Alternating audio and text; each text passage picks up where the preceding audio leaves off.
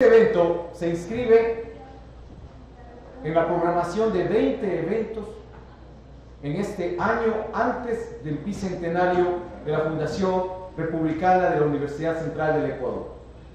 En efecto, el 18 de marzo de 1826 se fundó la Universidad de Caracas, la Universidad Central de Bogotá y la Universidad Central de Quito. Y creemos que recuperando la fuerza vital de los principios que llevaron a que se funde en el Congreso de Cundinamarca esta universidad, la Central del Ecuador, al año de su bicentenario, creemos que es importante que eventos de esta naturaleza se desarrollen. Finalmente, este evento va a ser de pilotaje, porque va a ser la simiente para otro evento mucho más alto, que es el curso de formador de formadores de 5 módulos de 200 horas. Este curso lo vamos a desarrollar con metodología MOOC y va a estar al servicio de la comunidad universitaria a partir del mes de abril. Muchísimas gracias, compañeras y compañeros, bienvenidos a este evento de formación de docentes de posgrado.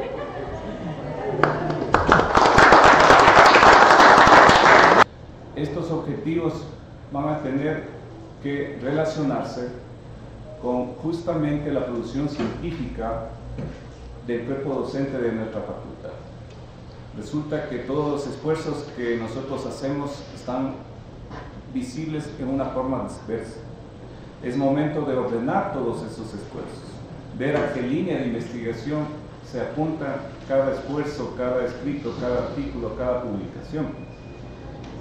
Trabajar en forma colaborativa es uno de los objetivos importantes para establecer redes, de pronto, por cada línea de investigación. Y también otro objetivo importante es involucrar a nuestros estudiantes en estos esfuerzos de redacción, de investigación, que se involucren en varios proyectos de investigación. Nuestros estudiantes es un anhelo que nosotros queremos implementar aquí en la facultad. Para ello es necesario que nuestros docentes, expertos, doctores, doctorantes y quienes aspiran a tener una plaza en los futuros programas de las maestrías se involucren decididamente con estos objetivos. Primero, ordenarnos sobre líneas de investigación. Segundo, tener un mapeo de lo que estamos escribiendo, para qué sirven estas investigaciones. Sabemos que debemos solucionar problemas con estas investigaciones. Entonces, la inclusión que nosotros tenemos justamente en estos talleres va a ayudarnos a que estos objetivos se cumplan. No se podrán cumplir sin la decidida colaboración de todos ustedes, estimados compañeros, compañeras, ni tampoco se podrán cumplir si es que no involucramos a nuestros estudiantes en estos esfuerzos.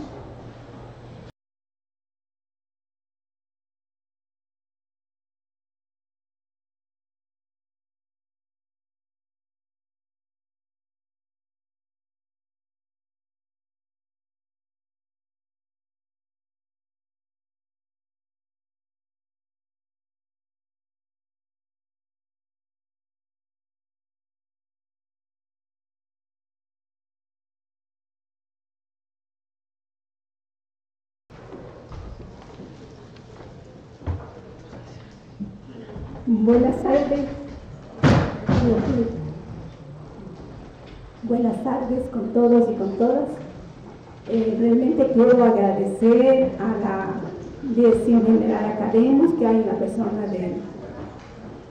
de Víctor Sánchez, por invitarme a participar de este interesantísimo evento. Como hemos dicho, el tema que nos convoca en este momento es la metodología o la epistemología de la filosofía de la investigación. ¿Cuál es el objetivo de este taller? Disculpen que estoy un poco con la garganta afectada. El objetivo es fortalecer las capacidades de metodología de investigación del profesorado con énfasis en los enfoques epistemológicos, la formulación del problema y la construcción de marcos teóricos que contribuyan al desarrollo del conocimiento y solución de problemas en el campo específico, como ya se señaló también. A ver.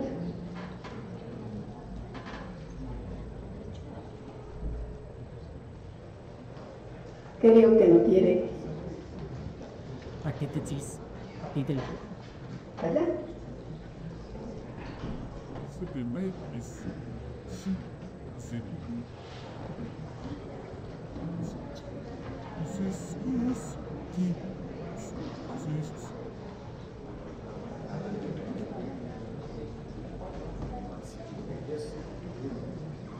Pero necesito seguir pasando.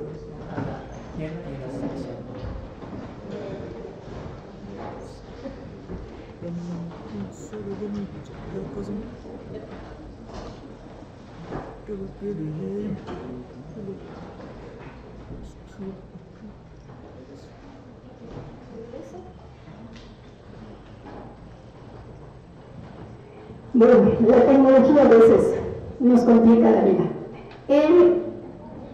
He presentado el objetivo del taller. ¿Cuáles son los propósitos de la investigación científica? Creo que es bien importante mencionar cuáles son los propósitos, que Santiago también ya nos lo dice y que el señor subdecano lo dijo, ¿no es cierto?, para este evento de seminario taller que está realizándose. Hay dos propósitos fundamentales en la investigación. El primero, producir nuevos conocimientos y teorías. Y eso lo hacemos en la academia a través de la escritura de artículos académicos, de libros, de capítulos de libros, de las tesis que nuestros estudiantes, sea de grado o de posgrado, lo realizan, pero también el siguiente gran objetivo de propósito de la investigación científica es comunicar los resultados. Hemos visto que la debilidad más grande del Ecuador y de la universidad en general ha sido que no hemos comunicado las investigaciones que hemos realizado. Entonces, eso ha sido una debilidad y ahora es el momento de empezar a comunicar los resultados a través de las publicaciones. Entonces, dos propósitos fundamentales en la investigación científica: producir conocimientos y teorías y comunicar los resultados. ¿Cuál es el proceso metodológico de la investigación? En este caso vamos a hacerlo en el campo del área temática de las ciencias administrativas. Hay un momento lógico, un momento metodológico y un momento técnico. En el momento lógico, la formulación del problema, la delimitación del tema y la construcción del marco teórico, que es el primer momento que hacemos cuando empezamos con la investigación científica. El momento metodológico nos lleva a la operacionalización de variables, la determinación de técnicas de instrumentos, empezando con el diseño de investigación. Y finalmente tenemos un momento técnico, que empieza con la recopilación de datos, el procesamiento de datos y el análisis de datos. Aquí llegamos a la síntesis y conclusiones para elaborar una propuesta. En posgrado siempre lo que se pide al final de una investigación es la elaboración de una propuesta, sea una propuesta metodológica, sea un artículo académico, pero siempre cuando hablamos de posgrado, a veces de grado también, terminamos con una propuesta, ¿sí? Entonces, esos son como los elementos fundamentales que es necesario tomar en cuenta cuando hablamos de la investigación científica. uno metodológico, técnico y terminamos con un producto de investigación. En esta intervención yo abordaré sobre la formulación del problema, la delimitación del tema, la construcción del marco ético y abordaremos esta articulación, esta conjugación en el diseño de la investigación. Entonces, la base que guía el diseño metodológico y asegura la coherencia y pertinencia del trabajo investigativo es la articulación entre la formulación del problema de investigación, el respaldo teórico-conceptual y el enfoque epistemológico. Pero como ya lo dijo también el señor subdecano, para poder orientar, para poder tomar el camino adecuado, las decisiones adecuadas, siempre es necesario tener presente la línea de investigación, ¿sí? La línea de investigación tanto de la universidad como de la facultad y en este caso de los diferentes programas de maestría. Allí ustedes solamente tienen un ejemplo de las líneas de investigación de la Facultad de Filosofía y de uno de los programas que ustedes tienen, es el programa de maestría en gestión pública.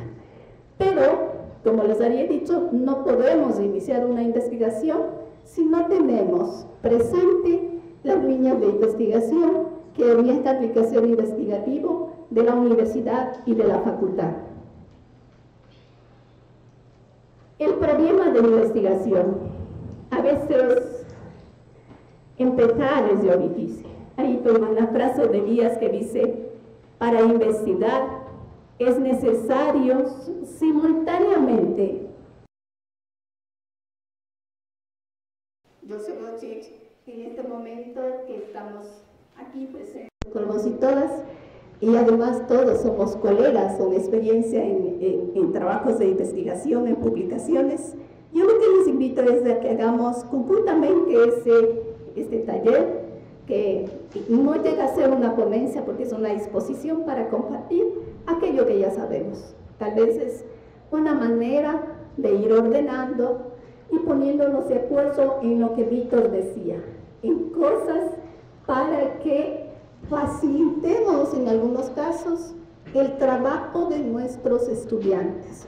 Es decir, el tema del diseño metodológico, el diseño del marco teórico y cómo llegamos a esos productos finales. Entonces, ¿qué es un problema de investigación? Un problema de investigación puede ser una cuestión, situación o fenómeno que despierta el interés y requiere ser estudiado.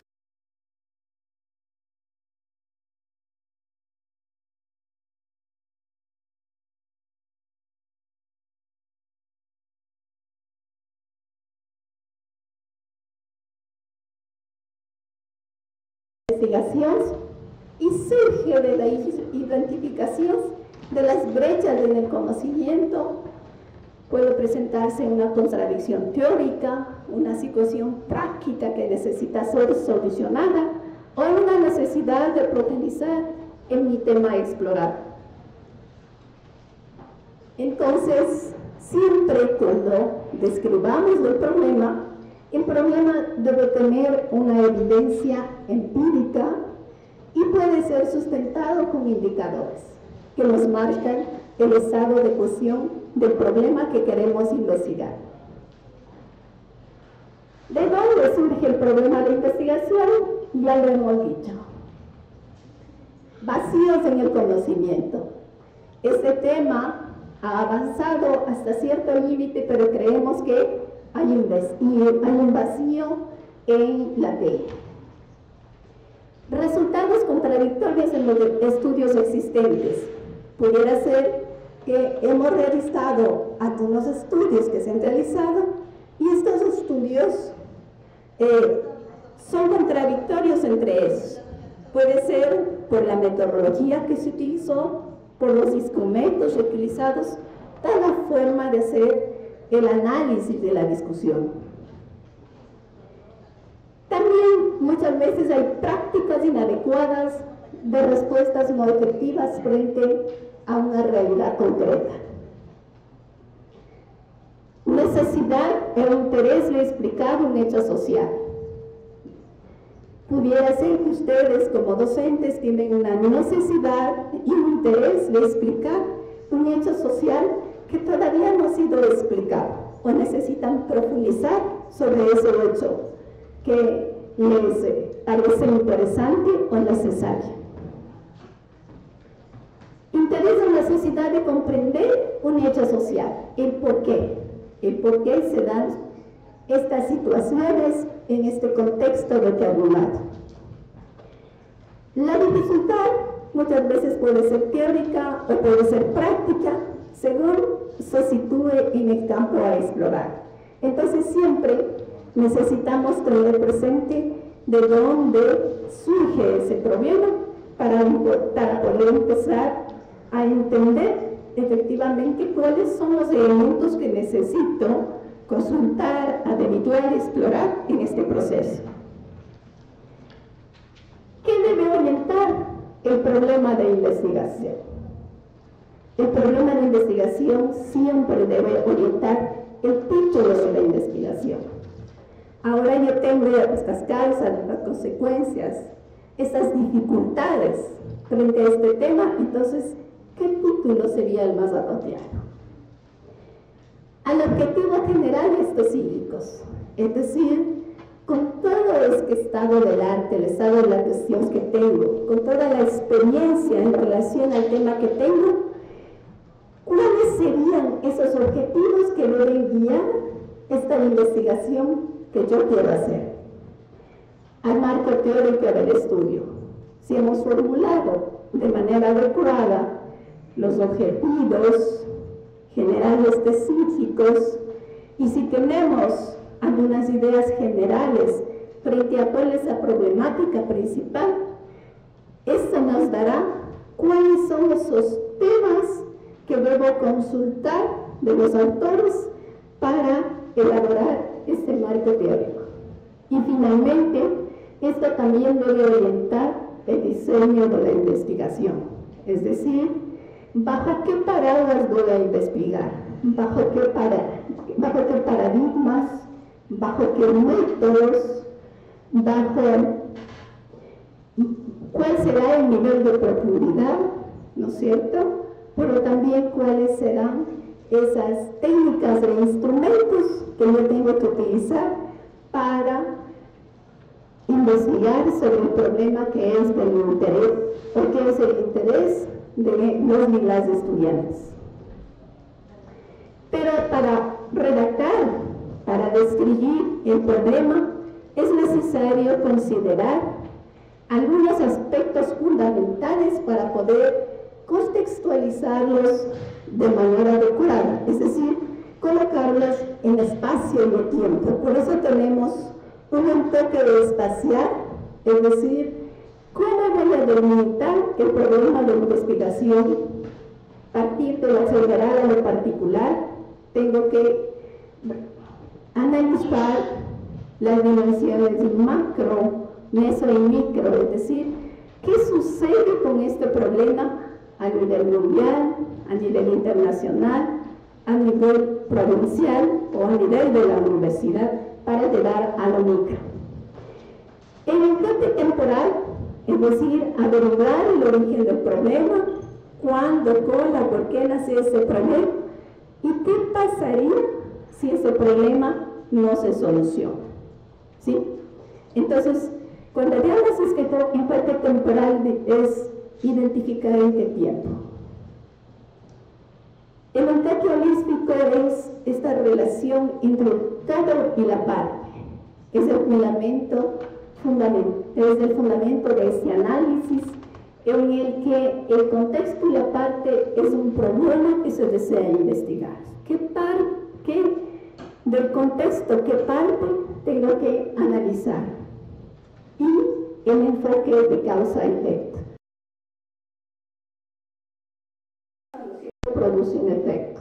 Entonces, es ahí tenemos que evaluar cuáles son las consecuencias, porque como sabemos, a mayor impacto negativo, mayor es la necesidad que existe de enfrentar el problema.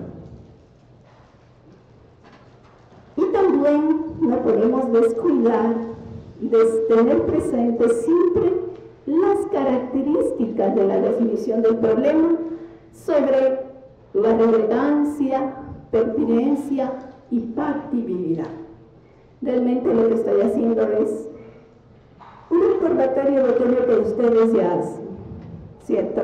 Entonces, cuando hablamos de esta relevancia científica, siempre es importante mirar cuál va a ser el aporte de este estudio a la teoría, ¿sí?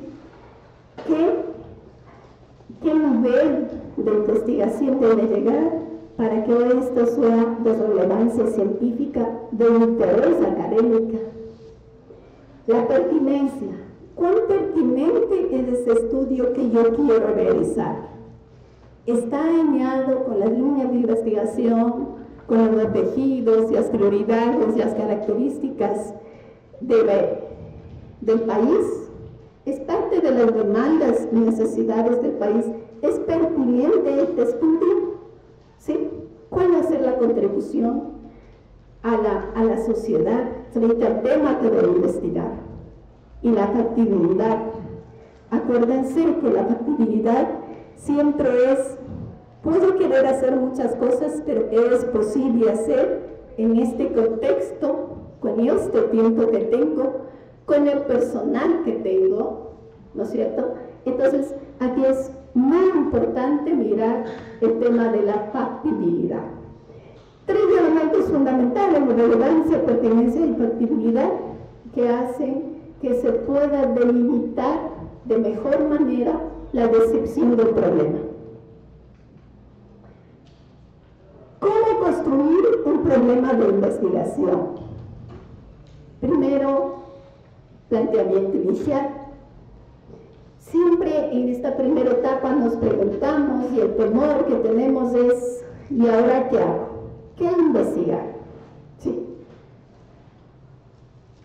Y esto se define y se describe por el objeto de estudio a través del planteamiento de interrogantes que nos van a permitir precisar exactamente qué es lo que yo quiero investigar. Eso nos lleva a preguntarnos, ¿sí? Por ejemplo, ¿cuál es la problemática central que afecta el ámbito o contexto que usted desea investigar? ¿Cuál es el problema fundamental? ¿Qué aspectos o factores contribuyen a la existencia de este problema y cómo se relacionan entre sí? ¿Qué evidencias o datos respaldan la relevancia de este problema para el campo de estudio o la práctica administrativa en el caso de su facultad? Y finalmente, ¿cómo puede mi investigación contribuir a la solución del problema y al entendimiento de sus dinámicas? Es decir, en este momento nos toca pensar efectivamente si yo voy a ser tutor o tutora de tesis de estudiantes de posgrado, que lo mismo es para grado, ¿no es cierto? ¿Cómo oriento a mis estudiantes para que puedan contextualizar de una manera adecuada su problema de investigación? Y para esto es necesario que nos hagamos estas preguntas en primer lugar, para ir definiendo la pregunta central que habíamos dicho, que es investigar. Luego tenemos los antecedentes del problema. Aquí es importante definir el contexto de investigación. ¿Cuál es ese contexto social, político, económico, cultural? Es decir, recabar toda la información sobre el tema que quieran investigar. El contexto es importante, colegas, siempre para poder identificar la magnitud del problema, las dificultades, es muy importante conocer en qué momento y desde dónde yo quiero hacer mi investigación. ¿Cuáles son las circunstancias del país o de la universidad, en lo político, en lo social, en lo económico, en lo cultural? Es importante también mirar los antecedentes teóricos, revisión bibliográfica sobre otros estudios con respecto al tema, consulta a expertos en la temática, evolución histórica de la temática.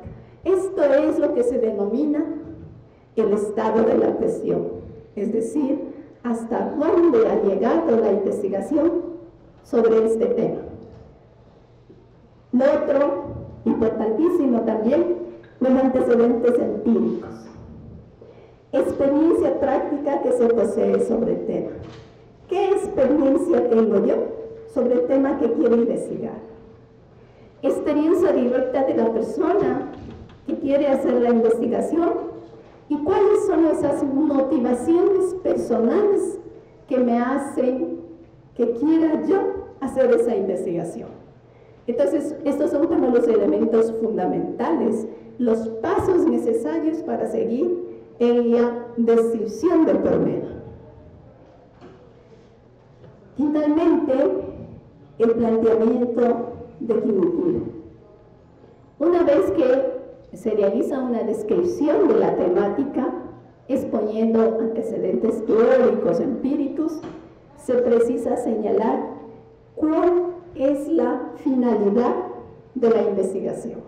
¿Cuál es la finalidad de una investigación que se relaciona con la línea de investigación, el campo del conocimiento y la experticia que yo tengo en relación con ese tema? Y ha llegado el momento de la definición de la pregunta de investigación. Aquí tenemos los tres elementos fundamentales en la definición, en la descripción del problema, que es la formulación de la pregunta, los objetivos y la justificación del estudio. Las preguntas de investigación orientan hacia las respuestas que se busca con la investigación. Los objetivos de investigación señalan a lo que se aspira en la investigación y deben expresarse con claridad. También guían fundamentalmente todo el estudio. Una justificación indica el porqué de la investigación. ¿Por qué? ¿Para qué voy a hacer esta investigación? Y se debe demostrar que el estudio es necesario e importante. Entonces, la justificación lo que tiene es que demostrar sobre todo por qué este es necesario e importante. Si no es necesario e importante, no tiene sentido hacer una investigación sobre este problema. La pregunta de investigación, un problema que ustedes saben, es una interrogante que inquiere sobre la forma en que están relacionadas ciertas variables. ¿Sí? Cuando hablamos de estudios correlacionales o de paradigmas positivistas, siempre vamos a ver cuál es esa relación de causa y efecto entre las diferentes variables. ¿Sí? Entonces, como hemos dicho, básicamente un problema de investigación es una pregunta, es una oración en forma interrogativa. Y por lo general, cuando ya entendemos claramente y no hemos delimitado de manera adecuada el título de la investigación, ¿no es cierto?, a eso hay que ponerlo en forma de una correlación.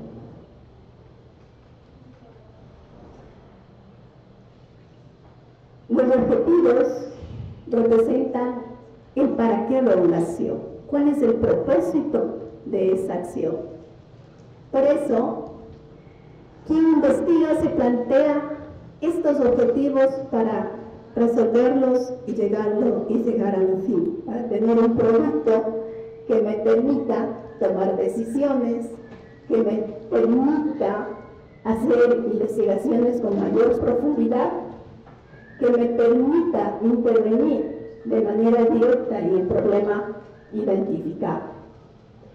También los objetivos ayudan a determinar los límites y amplitud del estudio.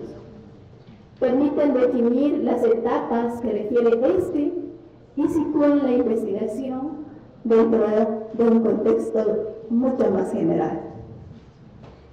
Siempre los objetivos deben corresponderse con las preguntas realizadas y deben estar contempladas en la metodología propuesta. Entonces, la formulación de los objetivos siempre nos invitan a la acción futura, obviamente, ¿no es cierto? El objetivo general. ¿Cómo formulamos el objetivo general? Ya sabemos que este es un enunciado global, general, sobre el resultado que se pretende alcanzar. ¿Cuáles son esas preguntas que debemos hacernos para la formulación? ¿Qué queremos hacer? ¿Dónde y para qué? Son como las interrogantes básicas que tenemos que formularnos. También el objetivo general expresa un logro sumamente amplio y son formulados con el propósito para el estudio de manera más general. Siempre su redacción, para no confundirnos, lleva mucha similitud con el título de la investigación. ¿Sí? Vamos a hacer luego un ejemplo para ir mirando cada uno de estos elementos y mirar de qué manera esta articulación efectivamente se va dando. Los objetivos específicos son aquellos que dan cumplimiento al objetivo general.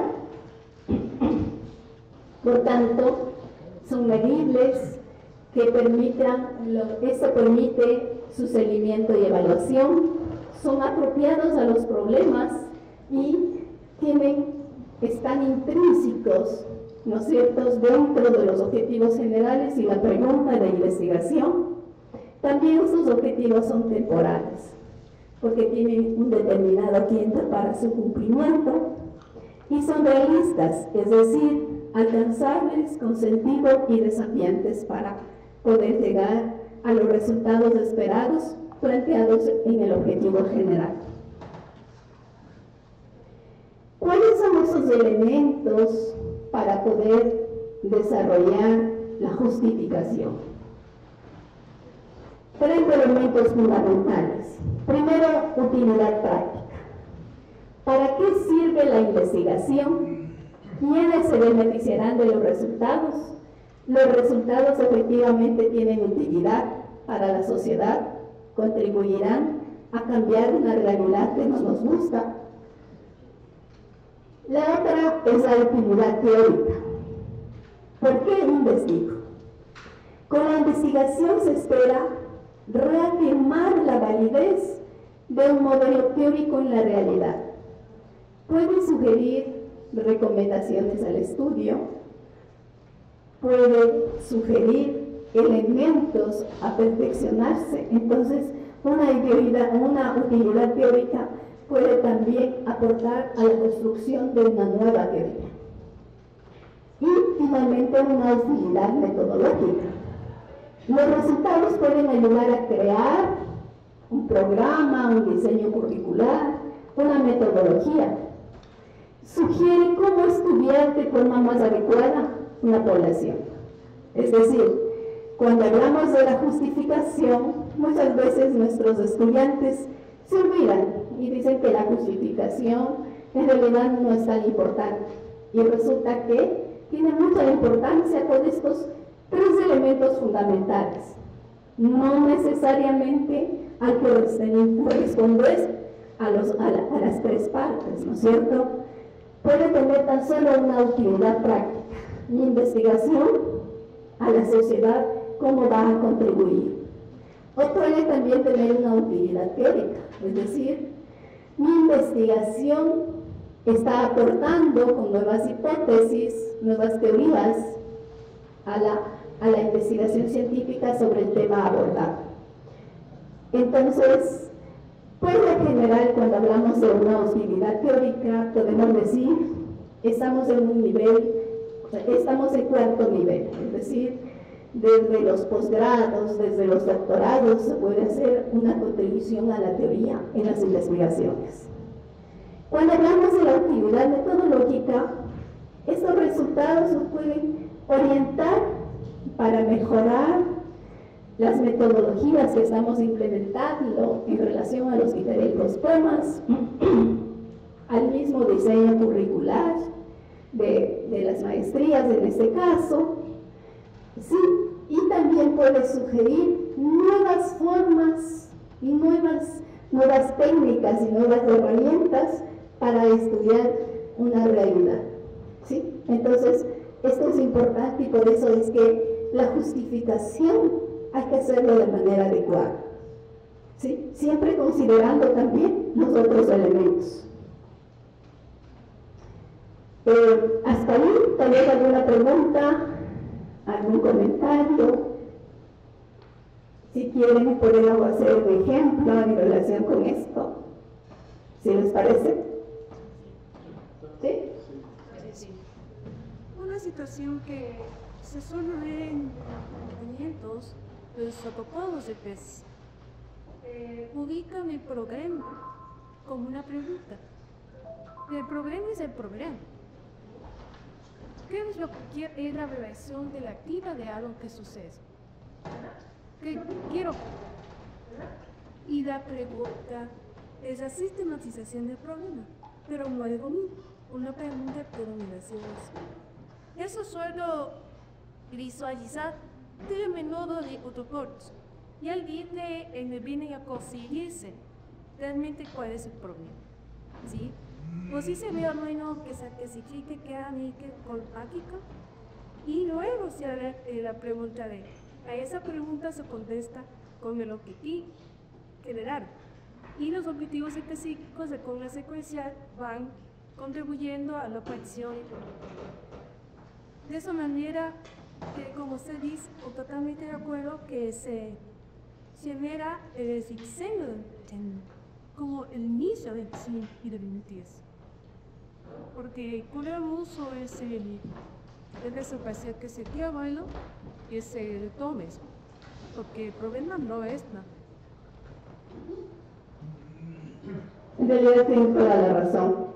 Siempre tenemos que primero describir el problema desde lo macro, lo meso y lo micro, para ir identificando cada una de las características y saber exactamente desde dónde yo estoy viendo el problema, cuál es la mirada que yo le quiero dar, y ahí vendrá, obviamente que lo vamos a ver un ratito más, la parte de cuál es el enfoque epistemológico que me permitirá entender esa problemática.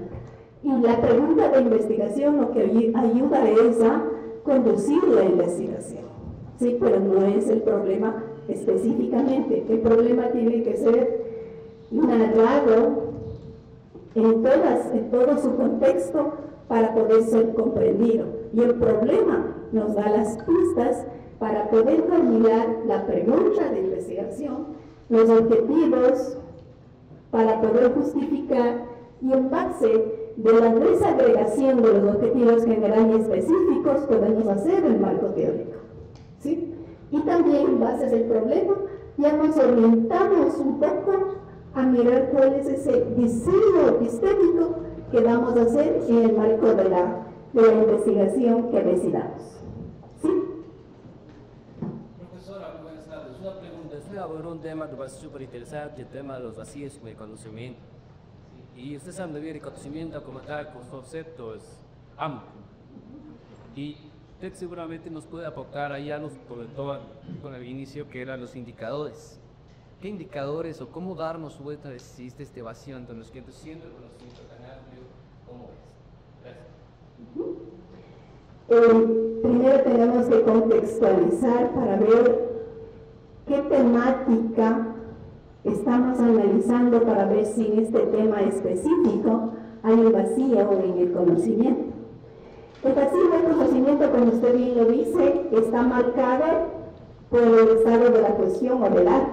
Es decir, ¿qué indicadores están mostrando que efectivamente hay un vacío en la investigación o en el conocimiento sobre ese tema específico que estamos investigando?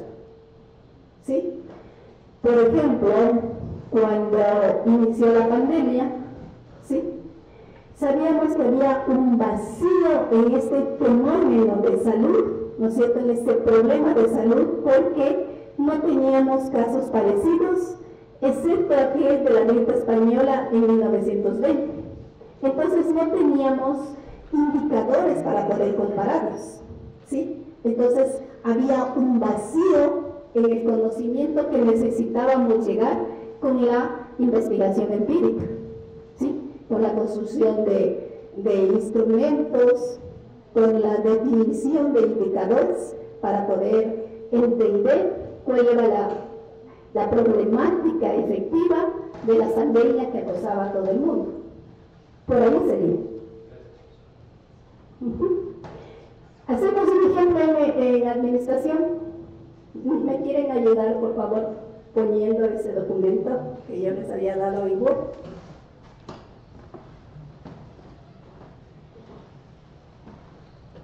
Porque la idea es que luego ustedes hagan también su ejemplo de acuerdo a su realidad.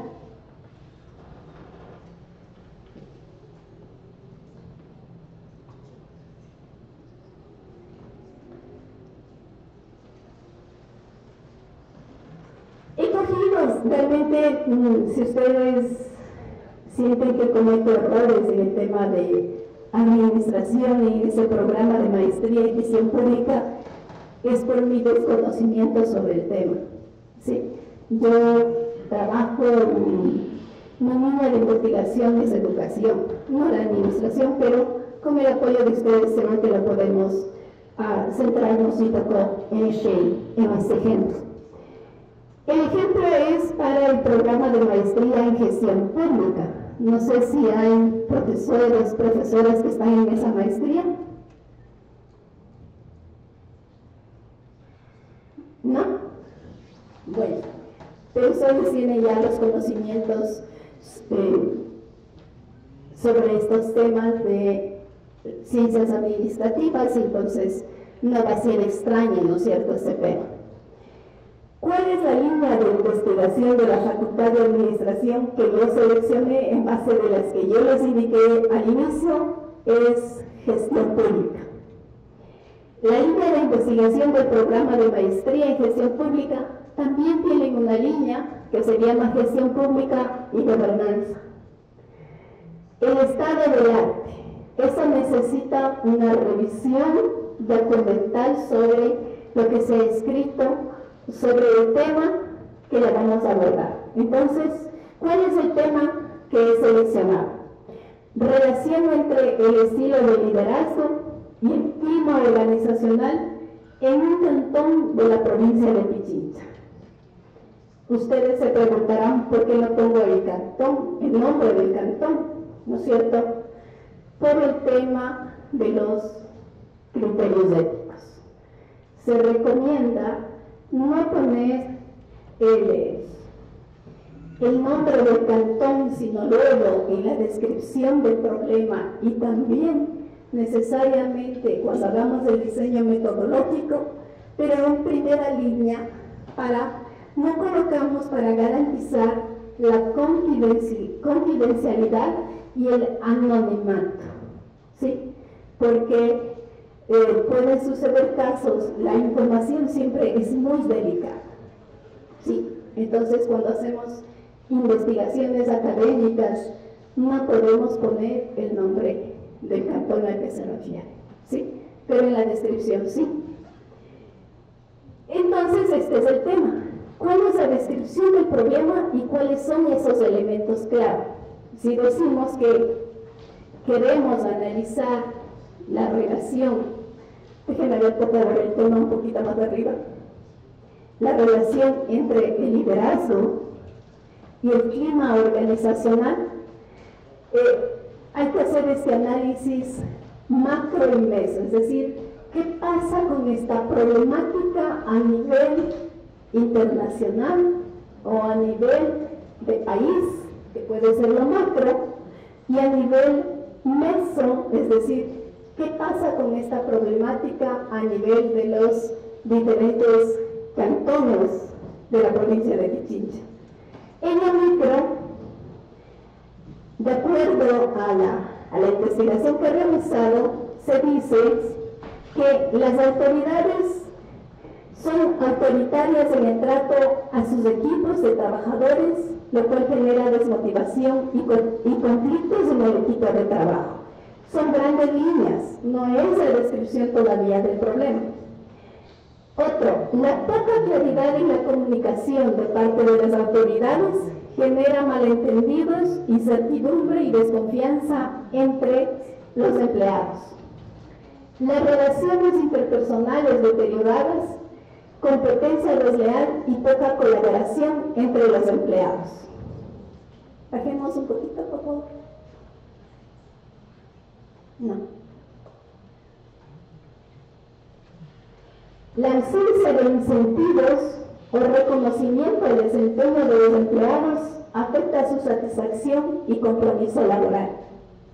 Hay empleados insatisfechos que quieren abandonar su trabajo, lo que puede generar inestabilidad y costos adicionales para la contratación y capacitación de nuevos trabajadores.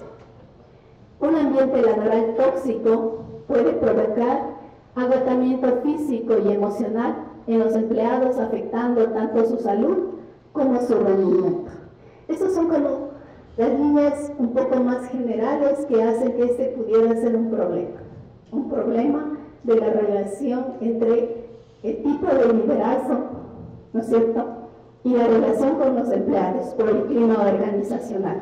No sé si pudiéramos trabajar con estos elementos. ¿Qué dicen ustedes? ¿Puede suceder eso? Una pregunta antes de avanzar. Una vez definidas las líneas de investigación, las sublíneas, hay un banco de problemas que probablemente, seguramente sale de estas líneas. La pregunta es, ¿por uno en primer lugar el problema y luego define el tema? ¿O dice estructura metodológica divino el tema y gusto el problema? Como está redactándose aquí o cuando está presentándose, además como se ve en la presentación. Cuando tenemos idea, y por eso habíamos dicho es que investigar, ¿no es cierto? Cuando ya tenemos una idea y dice ustedes o dice el estudiantado, yo quisiera investigar sobre ese tema, digamos sobre el tema de la relación entre el liderazgo institucional y el clima organizacional. Lo primero que se hace es, me interesa el tema, conozco un poco la realidad porque yo trabajo en esa institución, se puede decir. He conversado con otras personas, sí, y dicen que esa problemática se presenta. Y lo que me toca en ese momento es mirar sobre este tema, si es que es este tema que a mí me preocupa, realmente es parte de las líneas de investigación de la universidad, ¿sí? Si responde a las líneas de la universidad, de la facultad o de la maestría. ¿Por qué tengo que ir contextualizando?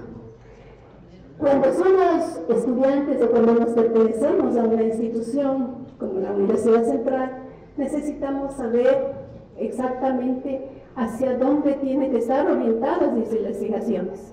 Por eso, pudiera ser que, con el ejemplo que decía hace un rato, podría ser que yo estoy bien interesado en conocer qué pasa con el tema de la pandemia, ¿sí? Pero ese tema de salud, efectivamente, no está en la línea de investigación, ¿sí? No es parte de lo que yo estoy estudiando, no está considerado. Entonces, por más que me guste ese tema, yo necesito enmarcarme en aquello que yo estoy estudiando o en aquello que yo tengo la experticia como docentes. Entonces, Siempre vamos a empezar con esa primera mirada, con esa idea, ¿no es cierto? Y cuando tengo una idea, tengo que decir a qué línea de la maestría tiene relación esto que yo quiero investigar, que para mí es un problema, por tales y tales y tales razones. ¿Sí? Entonces, una vez que yo ya veo que se marca en esta línea de la maestría o se marca en la línea de la carrera, si estamos hablando de ciencias administrativas de la facultad, ¿no es cierto? En ese momento yo digo, si es posible que yo pueda hacer esa investigación. Entonces, voy a ver qué se ha escrito en relación a esto. Lo primero es una búsqueda bibliográfica sobre qué existe sobre esto. ¿Sí? Por eso habíamos visto tres momentos para este proceso. Una búsqueda, primero la idea, ¿no? Después una búsqueda sobre qué se ha escrito sobre esto. Después, qué experiencia tengo sobre este tema y luego lo describo. ¿Sí? No sé si está claro por ahí. Gracias.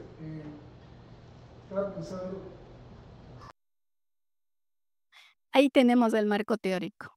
Por lo general, un marco teórico lo que hace como un primer momento es lo que habíamos dicho, ¿no?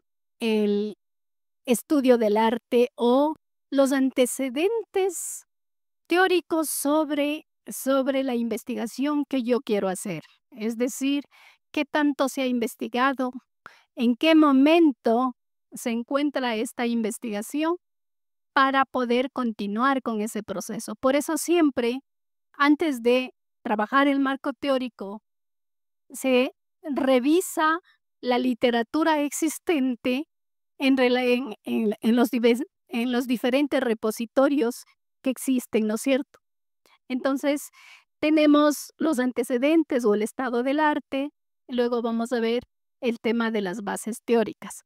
El capítulo relacionado con eso no solamente comprende eso, también comprende el tema del marco normativo, ¿sí? Pero eso no lo vamos a ver, sino la cuestión relacionada con el tema del marco teórico.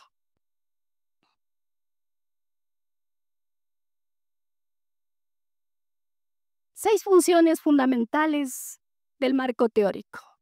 Lo primero que hace el marco teórico es orientar cómo realizar el estudio, de qué manera. Amplía el horizonte del estudio para que se centre en el problema de investigación, ¿sí? Conduce al establecimiento de hipótesis o afirmaciones que habrá de someterse a prueba de realidad. Entonces, si nos formulamos una hipótesis, esa hipótesis, de acuerdo a la metodología establecida, al método establecido, habrá que probarlas, ¿no es cierto? Inspira nuevas líneas y áreas de investigación, es decir, si tenemos hasta aquí, de acuerdo a los resultados y a la discusión de los resultados, esto nos puede decir, nos hace falta una línea de investigación para abordar estas temáticas. Provee de un marco de referencia para interpretar los resultados. Eso es importante. Sobre esa teoría nosotros podemos interpretar los resultados y sobre todo también ayuda a prevenir errores.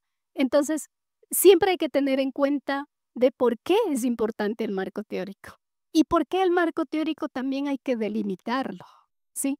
Porque a veces no tenemos idea o no tenemos como una cierta precisión para decir el marco teórico tiene que responder al problema de investigación, a los objetivos, objetivo general y objetivos específicos.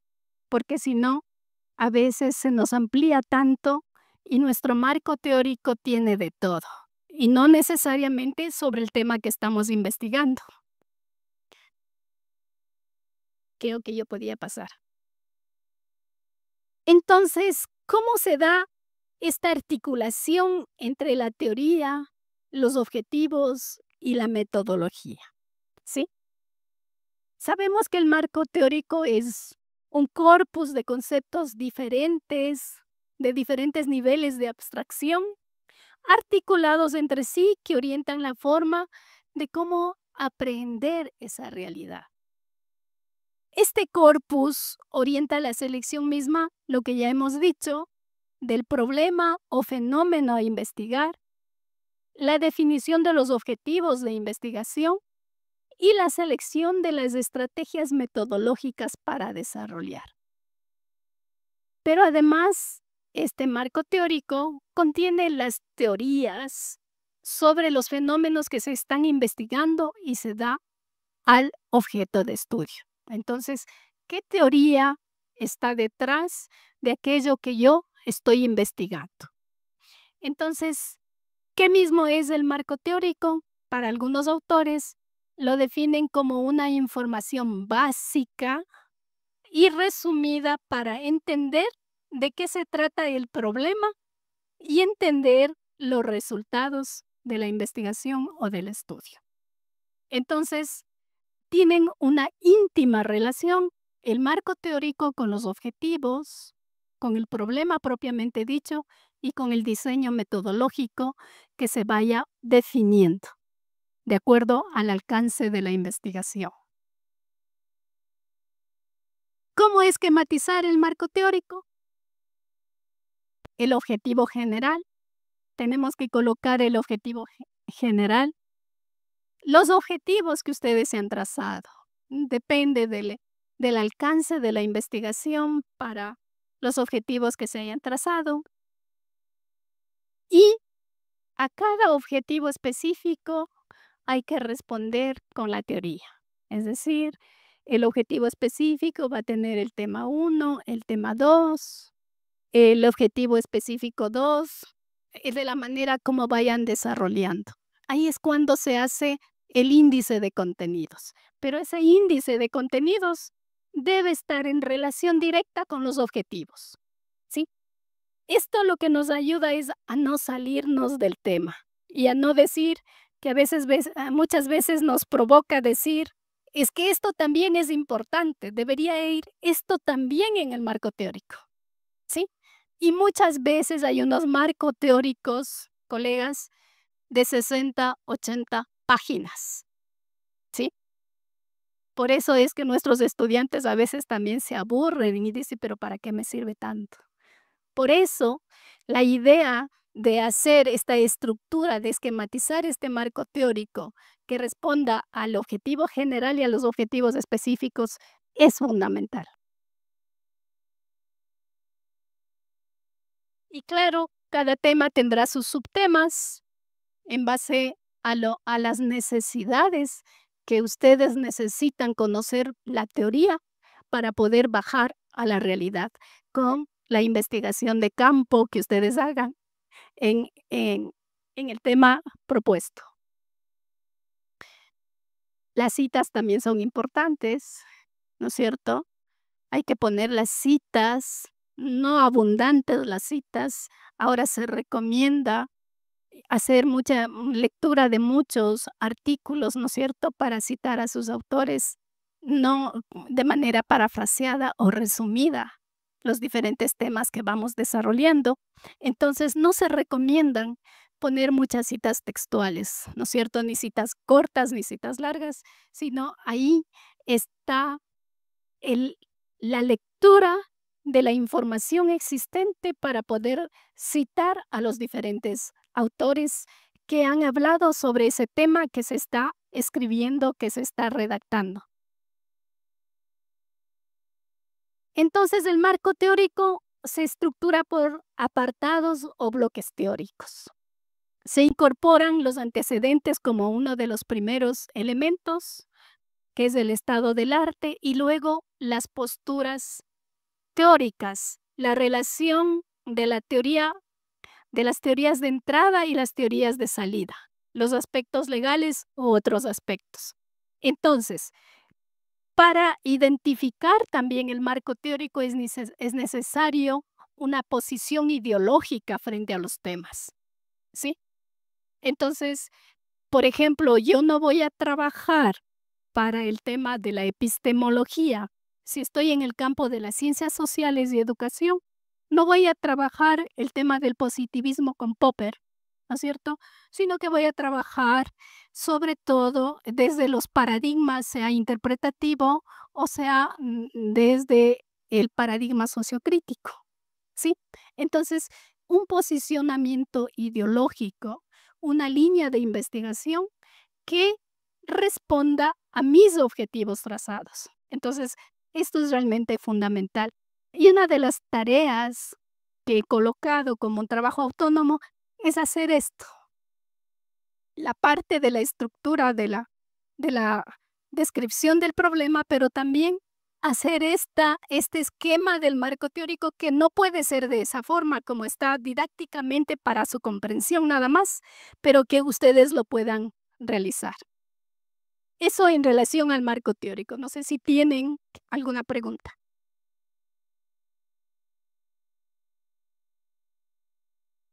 El marco teórico siempre tiene relación con las corrientes, con las escuelas, ¿no es cierto?, teóricas que están en relación con esto.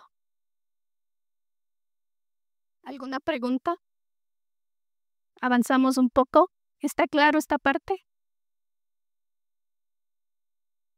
Vamos a seguir entonces. Esta parte es bien importante, el tema de la ética en la información. Y ahí, bueno, estamos trabajando con normas APA 7, ¿verdad? Pero una de la ética cruza en que el marco teórico es un marco prestado que nosotros hacemos para nuestra investigación, pero lo hacemos con autores que hemos leído. Nosotros participamos también en la construcción de este marco teórico, pero de todos los autores que leemos, que tomamos sus ideas, es necesario reconocer su autoría. Y la única forma de reconocer es citándolos, ya sea en forma de parafraseo, sea en formas de citas o cuando estamos resumiendo algún artículo que hemos leído. Entonces, la ética cruza con todo. La ética cruza con anonimizar los datos, con la confidencialidad, pero también con citar de manera correcta a sus autores y autoras.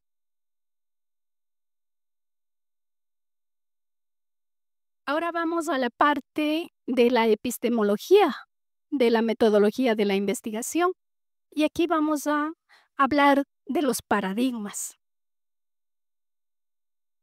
Hemos visto que hay como 3 tipos de paradigmas. Un paradigma individual que de forma individual aborda el conjunto de creencias establecidas como esquemas mentales que generan determinadas acciones de comportamiento. Este paradigma de que yo tengo la verdad, ¿no es cierto?, es desde la individualidad que trabajamos, pero también desde lo social. Hay sistemas de ideas y creencias compartidas por un gran conglomerado o grupo, aceptadas como verdades y que sirven para interpretar la realidad, que es otra forma también de abordar la temática. Y hay científico, en donde las realizaciones científicas universalmente reconocidas que durante cierto tiempo proporcionan modelos y soluciones avaladas por la comunidad científica. Entonces, lo que nos interesa en este momento es avanzar bajo estos paradigmas y ver con cuáles efectivamente nosotras vamos a trabajar. ¿Cuáles son las ventajas y desventajas de estos paradigmas? La ventaja del individual es orientan la realización de tareas, pero la desventaja es que impiden ver y aceptar nuevas ideas, porque yo tengo la verdad, ¿sí?, desde mi perspectiva. En lo social, generan ahorro de pensamientos y esfuerzos porque es un conjunto que ha trabajado sobre esto. Pero muchos autores dicen que anulan la creatividad, ¿sí? Porque no nos permite pensar de una manera ordenada, sino en conjunto todas estas ideas que pueden ser el inicio para pasar al siguiente paradigma, que es el científico. ¿Cuál es la ventaja? Tienen el consenso de la comunidad científica. ¿Cuál es la desventaja? A veces difiere de la realidad, ¿sí? Y a veces creemos que esto que sucede en un sector también sucede en otro. Entonces, bajo esta mirada, ¿qué es un paradigma? ¿Quién me puede decir qué es un paradigma?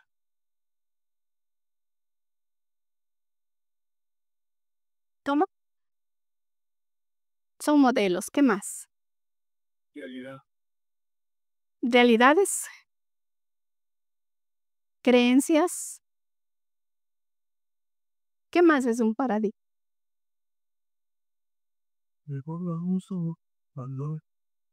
Son Y es la negación de los cosas de una paradigmática por que objetivo donde solo se puede generar que puede expandir de una manera que genera una rotación paradigmática para volver a tero dirigir todo su objeto y generar nuevo equipo y no haya planeta el cual y que evite varias partidas. Entonces, un paradigma es un modelo, es un patrón a seguir, es algo que está establecido científicamente, pero que no es la verdad absoluta, sino cuando un paradigma, hay nueva tecnología, nuevos avances científicos, este puede cambiar.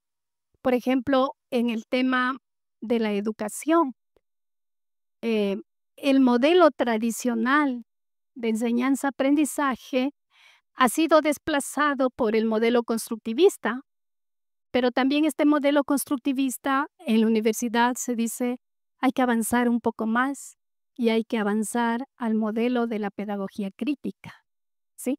Entonces, no es desplazar todo aquello que se ha producido, que se ha construido, sino cómo nuevos elementos hacen que tengamos una mejor comprensión de la realidad. Entonces, en base de estos paradigmas, en el campo de las ciencias administrativas es necesario también, de acuerdo a las investigaciones que ustedes vayan a hacer, definir cuál es el paradigma que más se relaciona con el problema de investigación, con el marco teórico que ustedes hicieron. Y ahí sobre todo hemos puesto 3 paradigmas, ¿sí? Hay muchos más, pero creemos que son los que más se utilizan en el campo de la universidad. Tenemos el empirista o positivista, el interpretativo y el sociocrítico. Estas sobre todo son paradigmas que se utilizan en las ciencias sociales. Las ciencias administrativas, ¿en qué campo se encuentran? También en las ciencias sociales, ¿verdad? ¿Sí? Entonces, perfectamente podemos trabajar con estos 3 paradigmas. El paradigma positivista tiene o contempla 2 elementos de las corrientes filosóficas que se han trabajado. Esta corriente del empirismo y del racionalismo que han sido trabajadas por Luke, por Comte, por Durkheim, en base de la utilización de la experiencia y de la razón para abordar el tema de la investigación científica. Por eso esas son las características del paradigma positivista. El mundo natural tiene existencia propia independientemente de quien la estudia. Entonces, los presupuestos de la universidad existen independientemente de quién los maneja o los utiliza, ¿verdad? O la realidad de las municipalidades de tener pocos recursos, ¿no es cierto? Existe la problemática de los pocos recursos, existen independientemente de quién esté al mando o liderando las municipalidades. También está regido por leyes que permiten explicar, predecir y controlar los fenómenos del mundo natural y pueden ser descubiertas y descritas de manera objetiva y libre de valor. Es decir, las leyes naturales existen, las leyes generales, y por eso es un método que parte de lo deductivo a lo inductivo. Se basa en la experiencia y es válido para todos los tiempos y lugares con independencia de quien lo descubre. Es decir, una investigación que se hace en Ecuador bajo los instrumentos y bajo el paradigma o enfoque positivista, bien puede ser aplicado en cualquier parte del mundo. Utiliza la vía hipotética, deductiva como lógica metodológica válida para todas las ciencias, es decir, se plantea hipótesis que tienen que ser afirmadas o falseadas. Entonces, las palabras claves dentro de este enfoque positivista es explicar, predecir, controlar bajo una independencia y neutralidad. Es decir, no tiene ningún elemento subjetivo que sea parte del paradigma positivista.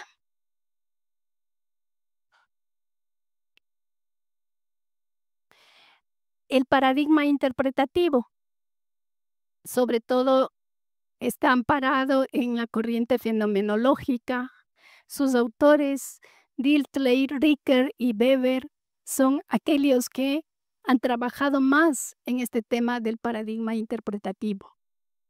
¿Cuáles son esas características? Se centra en el estudio de los significados, de las acciones humanas y de la vida social. Intenta sustituir las nociones científicas de explicación, predicción y control del positivismo por las nociones de comprensión, significado y acción. Busca la objetividad en el ámbito de los significados, utilizando como criterio de evidencia el acuerdo intersubjetivo, considerando el contexto. Entonces, cuando hablamos de la intersubjetividad, estamos refiriéndonos al diálogo entre las personas, ¿no es cierto? Lo subjetivo es al interior mío, pero lo intersubjetivo es al diálogo abierto con los demás. Entonces, aquí se desarrolla un conocimiento ideográfico de las realidades particulares sociales. Por tanto, la realidad es dinámica, múltiple y holística. Se enfoca en lo particular, es decir, aquí no le preocupa hacer las generalizaciones, sino en los hechos concretos de lo que sucede en mi territorio, en mi contexto, en mi institución. Es subjetivo y contextualizado y se basa en la interpretación. Entonces, resumiendo, el paradigma interpretativo, para el paradigma interpretativo, la realidad es contextualizada. Es construida de una manera intersubjetiva por las personas, es holística porque se aborda desde las diferentes aristas, es dinámica, pero también es divergente porque el diálogo es entre las personas. Y el paradigma sociocrítico tiene su base fundamental en la escuela de Frankfurt, bajo la corriente filosófica del criticismo. Ahí tenemos como sus principales representantes a Freire, a Kemis y a Habermas. ¿Cuáles son las características fundamentales de este paradigma sociocrítico? Identifica el potencial de cambio, liberación mental y de acción. Introduce la ideología de forma explícita y la autorreflexión crítica en los procesos de conocimiento. Toma posición para la acción, quiere decir, en ese sentido, y tiene como finalidad la transformación de la estructura de las relaciones sociales y da respuesta a determinados problemas generados por estas. Reconoce la importancia del contexto histórico, social y cultural en el análisis de los fenómenos. Cada estudio se diseña considerando las particularidades del entorno para promover soluciones pertinentes y viables. Entonces, la realidad es compartida con todos los actores que son parte de un contexto determinado, es construida también por sus actores, reconoce la historia para poder entender el presente y proyectarse hacia el futuro, es dinámica, es divergente y es dialéctica. Dialéctica y su investigación que la realiza es una investigación-acción.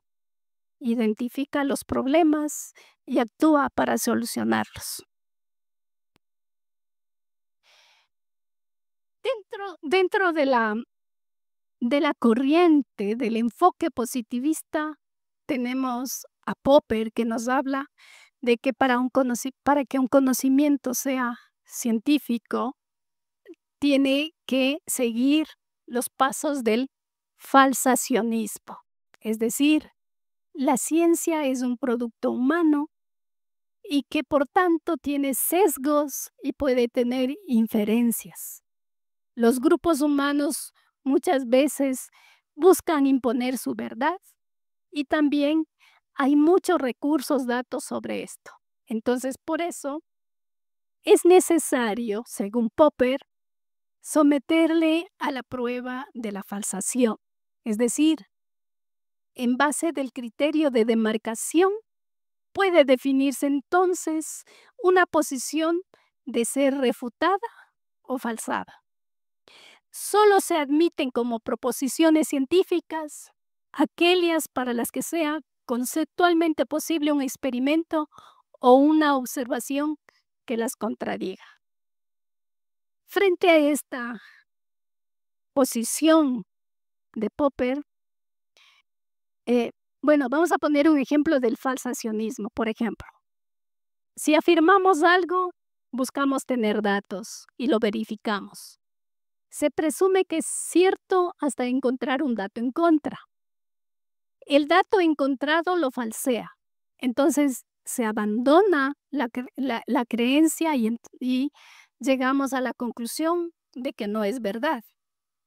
En el ejemplo, hay personas que pesan más de 118 kilogramos y no son obesas. ¿Por qué no son obesas? Porque son personas que hacen fisicoculturismo. Se pesan y miden más de 118 kilogramos.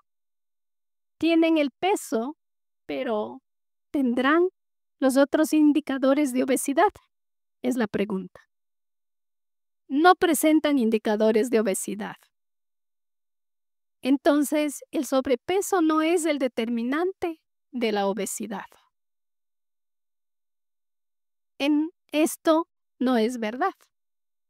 Eso es la forma de cómo. Entonces, el paradigma inicial ha sido falseado, pero no ha sido sustituido por otro paradigma. En relación a esto, Thomas Kuhn dice, si todos y cada uno de los fracasos en el ajuste sirvieran de base para rechazar teorías, todas las teorías deberían ser rechazadas en todo momento. ¿Sí? Y entonces él nos habla sobre todo del tema de los paradigmas. Un paradigma puede ser reemplazado cuando las condiciones materiales, sociales, humanas, económicas, sí han cambiado, pero no desecha lo que existe, sino que lo mejora. Entonces, para sustituir una teoría se necesita otra teoría que lo supere o que explique mejor el fenómeno. De esa manera estamos analizando los 3 tipos de paradigmas que en ciencias sociales los trabajamos, creo que todos y todas. ¿Cuáles son en el marco de estos enfoques de investigación? Tenemos variables que necesitan ser comparadas para mirar en qué línea o cuáles son las características del enfoque con el que se alinea. Por ejemplo, para analizar un paradigma es necesario analizar o remitirnos a la ontología, a la epistemología y a la metodología, y en otros casos también a la hermenéutica. Cuando nos referimos a la ontología, se refiere a la naturaleza de la realidad y a las suposiciones sobre su existencia, porque la ontología estudia al ser propiamente dicho. Puede ser objetiva e independiente o subjetiva y construida. La pregunta que nos hacemos aquí es, ¿cómo es la realidad que queremos investigar? En el marco de la epistemología, se explora cómo se adquiere el conocimiento desde esa realidad, sea a través de métodos objetivos y verificables, como es el objetivismo, o mediante la interacción y comprensión de los significados atribuidos por los sujetos, que es el relativismo. La pregunta que debemos hacernos aquí es, ¿cómo conocemos esa realidad? Y en la metodología, lo que tenemos que observar son los procedimientos y técnicas utilizadas para investigar. Se seleccionan en función del paradigma y los enfoques que ya lo hemos visto y oscilan entre los métodos cuantitativos, cualitativos o mixtos. La pregunta aquí es, ¿cómo investigamos esa realidad? ¿Qué instrumentos, qué técnicas e instrumentos utilizamos para investigar esa realidad? Aquí vamos a poner un ejemplo de cómo podemos mirar esta problemática para analizar en qué campos se encuentran, cuál es la variable de comparación en lo cuantitativo y en lo cualitativo. Por ejemplo, cuando hablamos de ontología, podemos hablar en el marco de las ciencias naturales, experimentales, los problemas de las ciencias, y estamos abordando desde un enfoque cuantitativo. Y si lo hacemos desde un enfoque cualitativo, serán las ciencias sociales, los problemas institucionales, los problemas sociales, culturales, etc. ¿Cuál es la epistemología que está detrás de esto? El positivismo, en lo cuantitativo. Y en lo cualitativo está el interpretativo o sociocrítico. En la metodología. En lo cuantitativo, la metodología es rigurosa, el método científico, las técnicas específicas que se definen al inicio del estudio y que no pueden cambiar. Y cuando hablamos de lo cualitativo, no necesariamente es rigurosa, ¿sí? Aplica ciertos elementos del método, no aplica la estadística en toda su magnitud, pero eso no le quita el grado de cientificidad a las investigaciones cualitativas. En el marco de la hermenéutica, ¿sí?, que es el estudio de la realidad a la luz de las teorías existentes, tenemos en lo cuantitativo la interpretación en base a resultados numéricos de los fenómenos y en base a lo cualitativo, los significados y la comprensión de los fenómenos. Entonces, estos elementos del enfoque y la manera como se dan en lo cuantitativo y lo cualitativo es lo que nos permite efectivamente definir bajo qué paraguas teórico, bajo qué línea de investigación ustedes van a hacer la investigación. No sé si hay alguna pregunta en relación a esto.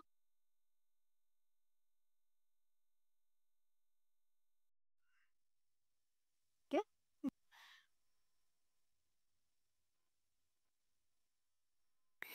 Lo otro que sigue es aplicar esto que hemos visto ya en un ejemplo concreto, ¿sí? que no me atrevería a poner un ejemplo en ciencias administrativas porque de verdad ese no es mi fuerte, ¿no es cierto? Pero estos son como los elementos siempre que es necesario tomarlos en cuenta cuando hablamos de la epistemología del método o del diseño de la investigación científica. Hay una bibliografía que la he citado, que ustedes la pueden consultar. Y hay un pensamiento de Marie Curie, ¿sí? Que dice, nada en la vida es para ser temido, es solo para ser comprendido. Ahora es el momento de entender más, de modo que podamos temer menos. Si ustedes no tienen alguna pregunta, les agradezco por su participación y su actuación.